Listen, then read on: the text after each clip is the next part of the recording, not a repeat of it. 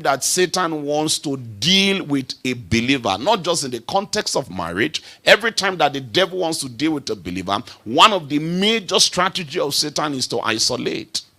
It's the same way that a certain bloc in Nigeria, that's how they deal with people politically.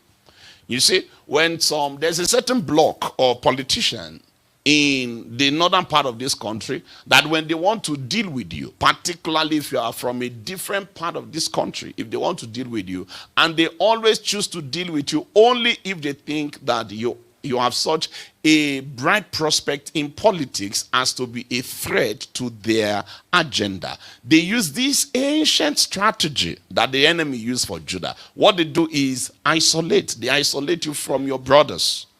That's the beginning of the end of the prospect whatsoever it might be that you have, at least in politics. So they'll isolate you and become your friends. And in the course of cutting cordiality with you, part of what starts to happen is you begin to lose touch with your people. And then you don't really quite feel it, because now you have something to make up for whatever you're losing in terms of fellowship and relationship with your brothers. It is only when they are sure that the isolation is complete and total that you start to actually see the kind of stuff that they are made of. And by the time they are done with you, separating you from your people, gradually they start to give you the cold treatment. A point comes when eventually you are embarrassed and disgraced. Except that at that point, there is no family to run back to. So you are left in the middle of nowhere, like the Nigerians will say. Like that chicken that is beaten with rain, and there will be no shelter over your head.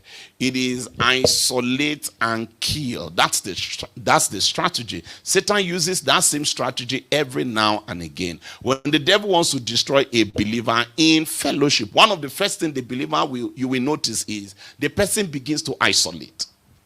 You will not see him again. You will not see her again. If you make calls, you just one excuse after the other. She's fine. There's always an explanation. That explanation is usually an excuse. There's a reason why she can no longer come for fellowship. There's a reason why she can no longer show up in church. There's a reason why he's no longer available. There's a reason why you don't see him in prayer meeting anymore. So that attendance at some point now becomes tokenism. They just come. It's token. They give their presence on that tokenist level. So you will not say altogether that they are backsliding. But they are altogether backsliding. So they just put up a show.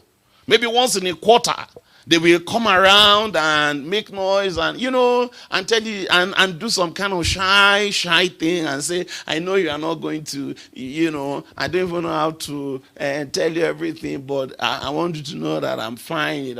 There just has been a lot of, and then, the kind of thing I'm talking about. That is normally the strategy when the enemy wants to deal with the destiny of someone that he knows has such a humongous prospect in God that it terrifies him.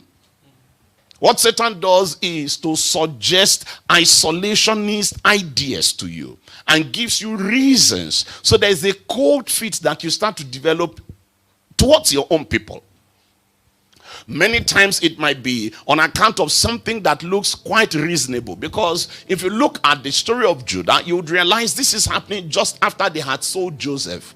And you notice that in the whole event that led to the sale of Joseph, they were not all on the same page. Judah was not exactly down with everything that everybody was proposing from the beginning in terms of how to deal with their younger brother.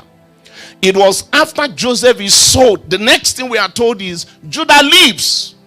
He leaves his brothers. And we don't know everything that went on, whether there was a quarrel or there was no quarrel, or the guy just simply packed his things and left, maybe for conscience sake. There are all kinds of excuses that you can give, especially when you seem to have good grounds.